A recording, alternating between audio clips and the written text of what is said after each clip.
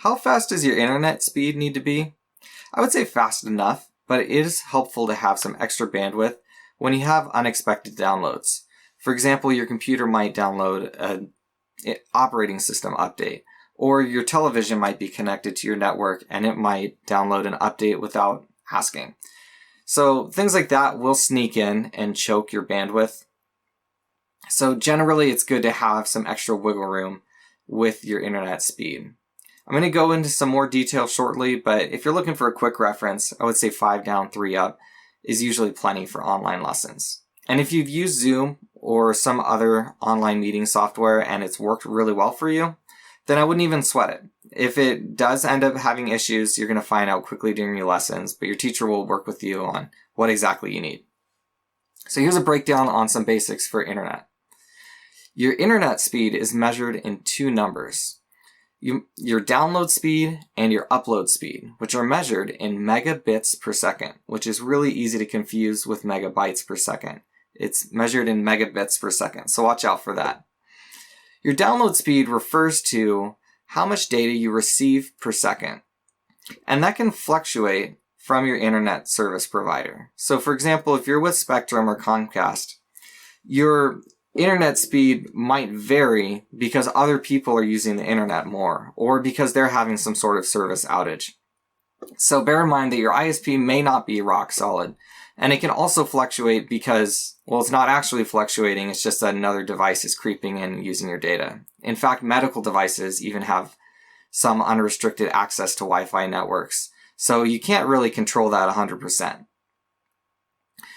Upload speed is how much data you send, so from your computer to elsewhere. So for example, when you're streaming to someone else, you're going to send your video and audio to another location, and that is controlled by your upload speed. Usually it's low by default because in the past people didn't usually need much upload speed, but nowadays it's becoming much more common for a plan to come with more upload speed because people need it for video conferencing. Upload speed is vital for streaming video, so you're going to need enough in order to do your lessons. Sending 720p, the video resolution, which is plenty, is going to be a minimum of 2.2 megabits per second, and sending 1080p is 3 megabits per second. So with an upload speed of 3 megabits per second, you'll be able to send 2.2, your 720p, plus your audio, and have a little wiggle room for unexpected saps on your upload. High fidelity audio is also an option in a lot of these softwares, so just watch out for that and make sure you have it on, and it's going to increase your upload burden a little bit.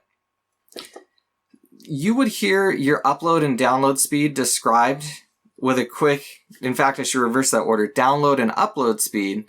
Someone might say 5 down, 3 up. And what they're saying is a 5 megabit per second download speed and a 3 megabit per second upload speed.